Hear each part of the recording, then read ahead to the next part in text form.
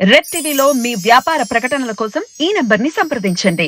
Hello guys, welcome to our channel. This is Teja. ప్రస్తుతం మనతో పాటు సీనియర్ జర్నలిస్ట్ దమ్ము బాలాజీ గారు.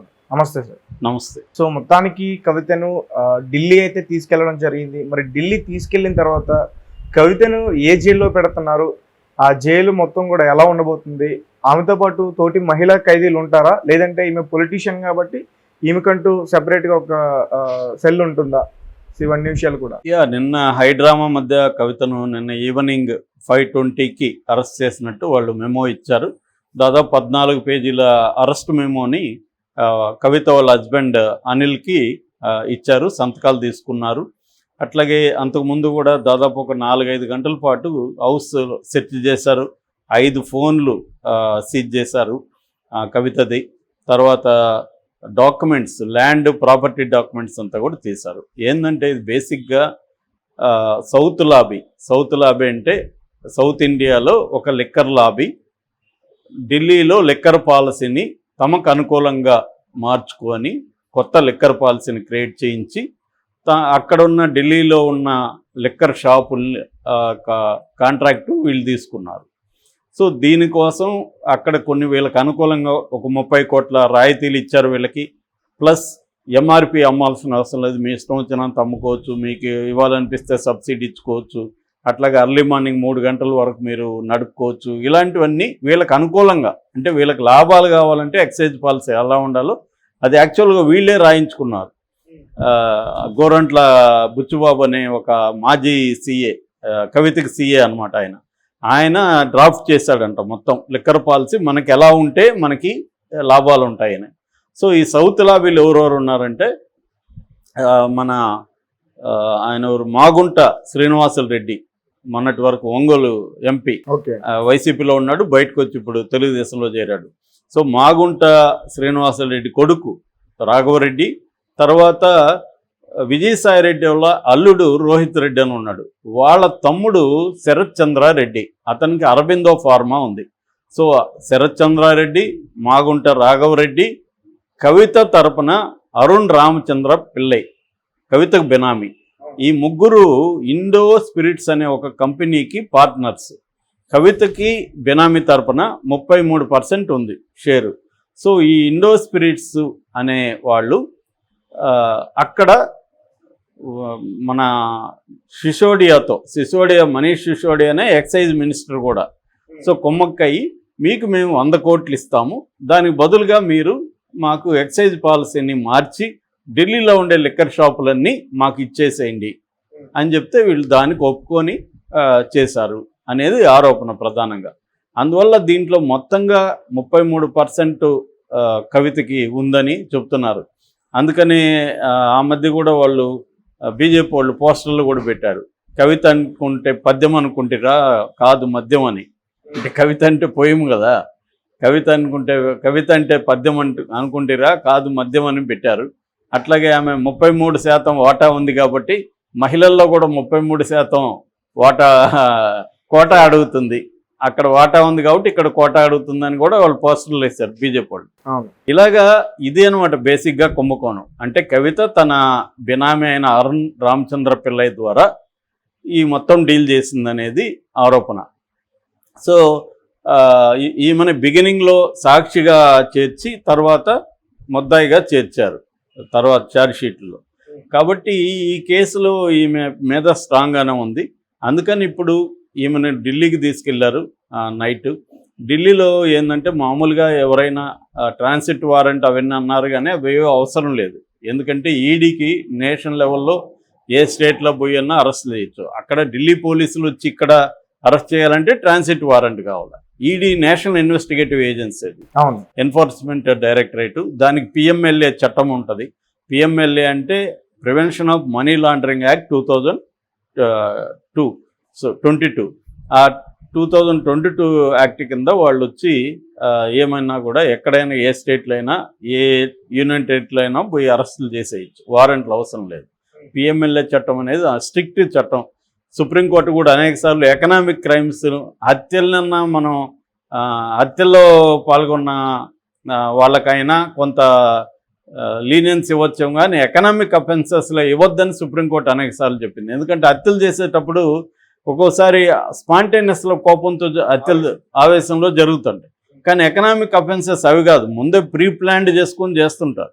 ఇప్పుడు ఇదంతా ప్రీ ప్లాన్డే కదా, జరిగిందో లేదో మనకు తెలియదు. ఒకవేళ జరుగుంటే ప్రీ ప్లాన్డ్, ఎందుకంటే ముందే లిక్కర్ పాలసీని మాకు అనుకూలంగా ఎట్లా రాయాలనేది ప్లాన్ చేసుకొని వాళ్ళకు ఒక 100 కోట్లు ఇచ్చి మళ్ళీ వీళ్ళకి దాంట్లో నుంచి డబ్బులు ఎట్లా వచ్చిందనేది సుకేష్ చంద్రశేఖర్ అనే ఒక కాన్ మ్యాన్ అంటారు అతన్ని, ఎకనామిక్ క్రైమ్స్లో ఢిల్లీలో ఉంటాడు, తిహార్ జైల్లో.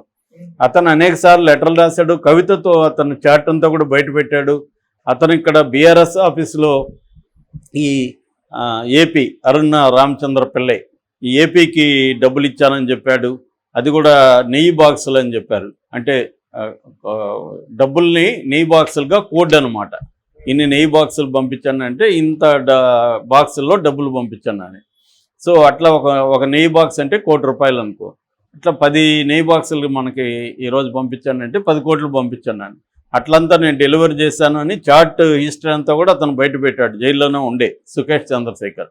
అప్పుడు కవిత కూడా దాన్ని ఖండించింది. కవిత కూడా అప్పుడు ఏం చెప్పిందంటే మోడీ వస్తే ఈడీ వస్తుంది అని కూడా అప్పుడు చెప్పింది. దాన్నంతా కూడా ఇప్పుడు వైరల్ చేస్తున్నారు బీజేపీ వాళ్ళు. నిజంగానే నిన్న మోడీ వచ్చాడు, ఈడీ వచ్చింది, రెండు అదే. ఆమె కూడా అదేనింది, ముందు మోడీ వస్తాడు తర్వాత ఈడీ వస్తుంది అని ఆమె అనింది అనమాట. అలాగే జరిగింది, ముందు మోడీ వచ్చాడు తర్వాత ఈడీ వచ్చింది, లేదా రివర్స్లో ముందు ఈడీ వచ్చింది ఇక్కడ, తర్వాత మోడీ వచ్చినట్టున్నాడు. మోడీ ఈవినింగ్ వచ్చాడు 4 తర్వాత. సో ఏదేమైనా ఇప్పుడు అక్కడ ఢిల్లీలో ఏ జైల్లో పెట్టబోతున్నారు, ఎందుకంటే ఈ ట్రావెల్ టైంను లెక్కేస్తారనమాట. మామూలుగా అయితే 24 గంటలు పెట్టాలి. ఈ ట్రావెల్ టైం అంతా కలిసి ఒక 4 అవర్స్ పోయిందనుకో, అప్పుడు 28 గంటల లోపల పెట్టచ్చు అనమాట. అంటే నిన్న ఈవినింగ్ 5 కాబట్టి ఆమె 5:20కి అరెస్ట్ చేశారు కాబట్టి ఈరోజు ఈవినింగ్ 5:20 వరకు మినిమం అయితే వాళ్ళ టైం ఉంటుంది. ఇంకా తర్వాత కూడా 4 గంటలు పెట్టుకోవచ్చు ఆమెను. సో ఈరోజు ఆమెను ఏం చేస్తారంటే ఇంకొంత విచారణ చేస్తారు. ఎందుకంటే నిన్న కొంత డాక్యుమెంట్లు అవన్నీ దొరికాయి కదా, ల్యాండ్స్. అంటే ఈ డబ్బులు ఏం చేశారంటే ఈడీ ఏం చెప్తుందంటే ఆమె దీంట్లో లిక్కర్లో సంపాదించిన డబ్బుల్ని వాళ్ళ భర్త వచ్చి రియల్ ఎస్టేట్ బిజినెస్ చేస్తాడు. ఆయనకి చాలా రకాల బిజినెస్లు ఉన్నాయి. అందులో వాళ్ళ భర్త ద్వారా ఈ డబ్బుల్ని రియల్ ఎస్టేట్లోనూ రకరకాల హాస్పిటల్లోనూ రకరకాల కంపెనీల్లోనూ బినామీలను పెట్టుకొని ఈమె ఇన్వెస్ట్ చేసింది అనేది చెబుతున్నారు. సో ఒక ప్రముఖ బీజేపీ వాళ్ళకి చెందిన ఒక ప్రముఖ హాస్పిటల్లో కూడా ఆమె ఇన్వెస్ట్ చేసిందని చెప్తున్నారు, వాళ్ళని ఫ్రంట్లో పెట్టి. అంటే ముందు నుంచి జాగ్రత్తగా ఒకవేళ బీజేపీ మనల్ని చేసినా వాళ్ళని కూడా ఇరికించాలా అని చెప్పి కొంతమంది బీజేపీ నాయకులు తనకి స్నేహం ఉన్న వాళ్ళతో కలిపి పెట్టిందనేది ఒక వెర్షన్. సో ఇవన్నీ ఏదేమైనా అలాగా వాళ్ళు 24 గంటల లోపల ఆమెకు కొంత ఎంక్వైరీ చేస్తారు, తర్వాత మెడికల్ టెస్టులు చేస్తారు. ఎందుకంటే తమ దగ్గర నుంచి జైలుకి పోయేటప్పుడు ఎలా ఉనింది అనేది రిపోర్ట్లు ఇవ్వాలి కోర్టుకి. ఎప్పుడైనా కూడా ఇట్లాంటి హై ప్రొఫైల్ కేసుల్లో చాలా జాగ్రత్తగా ఉంటారు పోలీసులు. రేపొద్దున ఆమె వెళ్ళి నన్ను కొట్టారు ఇక్కడ, నన్ను ఇంకోటి చేశారు అని చెప్పే అవకాశం ఉంది, మన రఘురామకృష్ణరాజు చెప్పినట్టుగా. అందుకని వాళ్ళు ఏం చేస్తారంటే మొత్తం వీడియో ఇంటర్వ్యూలు అన్ని వీడియో ఉంటుంది, ఆమెతో ఎక్కడ మాట్లాడింది వీడియో లేకుండా ఏం మాట్లాడరు వాళ్ళు, వీడియో రికార్డింగ్ ఉంటుంది. ప్లస్ కంప్లీట్గా ఆమె మెడికల్ టెస్టులు అన్నీ చేస్తారు. అన్నీ చేసినాక ఆ రిపోర్ట్లను అన్నీ తీసుకొని కోర్టుకి సబ్మిట్ చేస్తారు. సబ్మిట్ చేసినాక కోర్టు ఖచ్చితంగా రిమాండ్కి ఇస్తుంది. ఢిల్లీలో ఏ జైల్లో పెడతారు, చాలామందికి ఢిల్లీలో తిహార్ జైలు ఒకటే తెలుసు. నిజానికి ఢిల్లీలో 3 జైల్స్ ఉన్నాయి, 3 సెంట్రల్ జైల్స్. 3 సెంట్రల్ జైళ్ళల్లో, సెంట్రల్ జైల్ అని కూడా అంటారు, సెంట్రల్ కాంప్లెక్సెస్ అంటారు వాటిని. ఒకటి తిహార్ సెంట్రల్ కాంప్లెక్స్. ఇందులో ఇది ప్రపంచంలోనే one of the largest prisons అనమాట. ప్రపంచంలోనే అతిపెద్ద జైళ్ళల్లో ఒకటి తిహార్ జైలు. అందులో 9 సెంట్రల్ జైల్స్ ఉన్నాయి. ఒక తిహార్ కాంప్లెక్స్లో 9 సెంట్రల్ జైళ్ళు ఉన్నాయి. అది కాకుండా రోహిణి అనే ఒక సెంట్రల్ జైలు, ఇంకోటి మండోలి, అందులో 6 సెంట్రల్ జైళ్ళు ఉన్నాయి. సో మొత్తంగా ఈ 3 కలిపితే 16 సెంట్రల్ జైళ్ళు ఉన్నట్టుగా. ఈ 16 సెంట్రల్ జైళ్ళల్లో దాదాపు 20,000 మంది ప్రిజనర్స్ ఉన్నారు, 20,000 మంది ఖైదీలు ఈ 16 సెంట్రల్ జైళ్ళల్లో ఉన్నారు. మామూలుగా అయితే దీని కెపాసిటీ 10,000, కానీ 20,000 మంది ఉన్నారంటే ఊహించుకోవచ్చు మనం ఎంత క్రౌడ్ ఎక్కువ ఉంటుంది. అయితే ఆ మధ్య తిహార్ జైల్లో ఏం జరిగిందంటే టిల్లు గ్యాంగ్ అని ఒక గ్యాంగ్ని టిల్లు అనే ఒక గ్యాంగ్స్టర్ని చంపేశారు జైల్లోనే. అది దేశంలోనే పెద్ద సంచలనమైంది. అంటే మనం సినిమాల్లో, హాలీవుడ్ సినిమాల్లోనూ మన సినిమాల్లోనూ చూస్తుంటాం జైళ్ళల్లో చంపడం, కానీ అది చాలామంది నమ్మరు. ఇది సినిమాల్లో చూపిస్తారు అనుకుంటారు, కానీ రియల్గా అలాగే జరిగింది. సో ఆ టిల్లు అనేవాడిని చంపేశారు. దాంతో తీహార్, మామూలుగానే తీహార్ జైలు, ఢిల్లీ జైళ్ళల్లో అంతా సెక్యూరిటీ ఎవరిని పెడతారంటే టీఎన్ఎస్పీ అంటారు. టీఎన్ఎస్పీ అంటే తమిళనాడు స్పెషల్ ఫోర్స్ని పెడతారు. అక్కడ సెక్యూరిటీ వాళ్ళు పెడితే వాళ్ళు కుమ్మక్కైపోతారేమో అని, ఎందుకంటే లోకల్ వాళ్ళు ఉంటారు కదా, మేనేజ్ చేస్తారని వేరే స్టేట్ నుంచి, ఈ తమిళనాడు స్టేట్ నుంచి అక్కడ సెక్యూరిటీ పెడతారనమాట. సో వీళ్ళు అక్కడ సెక్యూరిటీగా ఉంటారు. అక్కడ ఏంటంటే చాలా ప్రామినెంట్, బాగా హై ప్రొఫైల్ ఖైదీలు కూడా చాలామంది ఉంటారు. గ్యాంగ్స్టర్స్ ఉంటారు, మాఫియా వాళ్ళు ఉంటారు. అందుకని హై సెక్యూరిటీ ప్రెజెన్స్ అనమాట అవి, ఈ మూడు కూడా. సో ఈ మూడిట్లో ఇప్పుడు దేంట్లో పెడతారనేది ఇంకా క్లారిఫికేషన్ రాలేదు. ఎందుకంటే వాళ్ళు అవన్నీ చూసుకొని ఎక్కడ సెక్యూరిటీ బాగుంది ఈమెకు. ఎందుకంటే అక్కడ మహిళా ఖైదీలు కూడా ఏమవుతుందంటే, ఇప్పుడు ఫర్ ఎగ్జాంపుల్ మన దేశంలో దాదాపు 1300 జైళ్ళు ఉన్నాయి. 1300 జైల్లో 31 జైళ్ళు సపరేట్ ఉమెన్ జైల్స్. అయితే ఈమెను అట్లాంటి ఉమెన్ జైలు, సపరేట్ ఉమెన్ జైల్లో పెట్టరు. ఈ పెద్ద సెంట్రల్ జైల్లోనే ఉమెన్ బ్లాక్స్ వేరే ఉంటాయి, బ్యారక్స్ సపరేట్గా ఉంటాయి ఉమెన్కి. ఆ ఉమెన్ బ్యారక్లో ఈమెను సింగిల్ సెల్లో పెట్టడానికి ట్రై చేస్తున్నారు.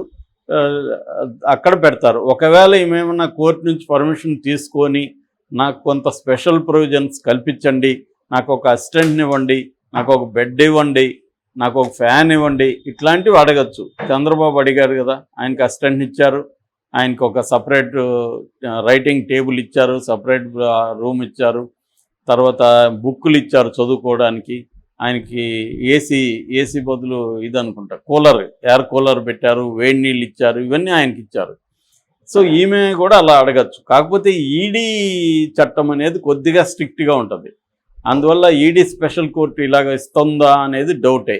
ఇది ఎందుకంటే చంద్రబాబుది ఇక్కడ మామూలు ఏసీబీ కోర్టు, కానీ ఈడీ చంద్రబాబును అరెస్ట్ చేసింది వచ్చి 2 దీని కింద, చట్టాల కింద. ఒకటేమో ఐపీసీ, ఇంకోటేమో పీసీ యాక్ట్, అంటే ప్రివెన్షన్ ఆఫ్ కరప్షన్ యాక్ట్. ఇక్కడేమో పిఎంఎల్ఏ, ఇది కొద్దిగా రిగరస్గా ఉండే చట్టము, కఠినంగా ఉండే చట్టం. ఈ చట్టం కింద ఈమెకు అవన్నీ ఇవ్వకపోవచ్చు. సో కొద్దిగా ఇబ్బందే ఉంటుంది ఆమెకు. కాకపోతే బెడ్ విషయంలో కానీ అన్ని విషయాల్లో కూడా కొంత లైఫ్ స్టైల్ అక్కడ వేరే ఉంటుంది జైల్లో. సో రెండోది, ఆమె హై ప్రొఫైల్ అన్నప్పుడు అక్కడ ఖచ్చితంగా ప్రతి జైల్లో కూడా అవినీతి లేకుండా ఏ జైల్స్ ఉండవు నాకు తెలిసి.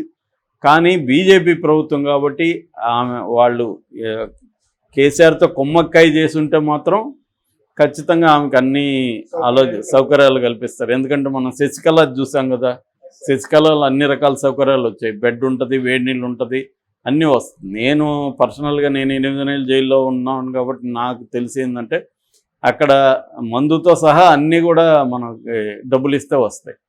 సో నా పక్క ఖైదీలోనూ అప్పుడు ఒక స్కామ్ జరిగింది, ఎంసెట్ స్కామ్.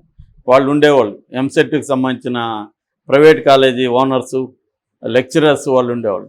వాళ్ళు అన్ని సౌకర్యాలు తీసుకున్నారు. ఫుడ్ బయట నుంచి వచ్చేది, వార్డర్లే వాళ్ళ ఇంట్లో చికెన్ మటన్ తీసుకొచ్చి వీళ్ళకి పెడతారు, వాళ్ళ హోమ్ కుక్డ్ ఫుడ్ అనమాట. సో అవన్నీ చేసుకోవచ్చు.